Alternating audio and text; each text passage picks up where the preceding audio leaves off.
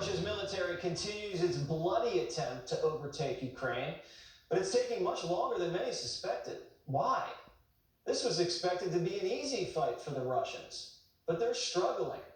Its units aren't well integrated, the technology not that sophisticated, training and morale poor, their tactics and operations sloppy, and their supply lines are a mess.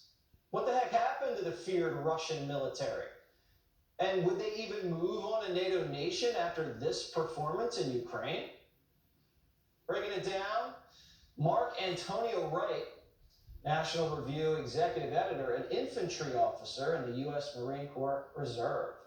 So what exactly happened? It seems like a lot went wrong.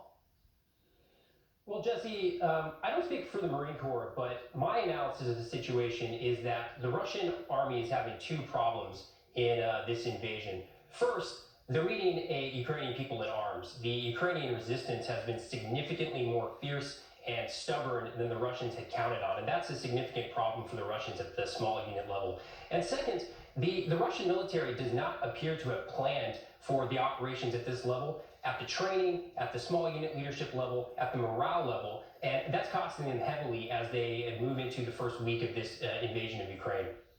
From what we've seen on the footage, it just looks like the Russians come in with tanks, they get stuck in the mud, and then you have smaller Ukrainian units to kind of outflank them and then light them up and then move back.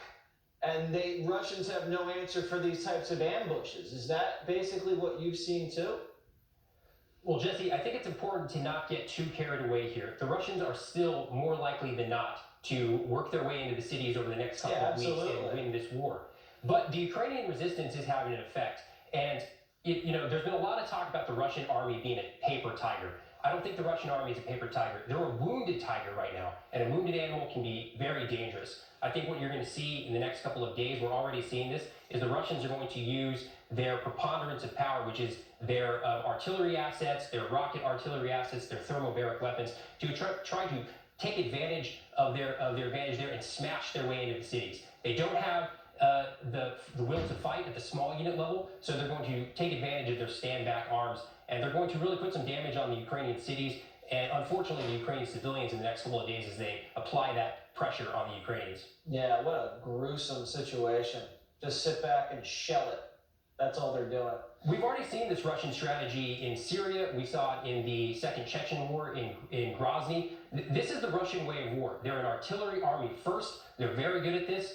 They're well supplied when it comes to artillery assets. This is exactly what we would expect a Russian army, once it gets its nose bloody, to turn to. All right. Thank you so much, Mark Antonio Wright. Thank you. Putin's invasion has caused Ukraine to spy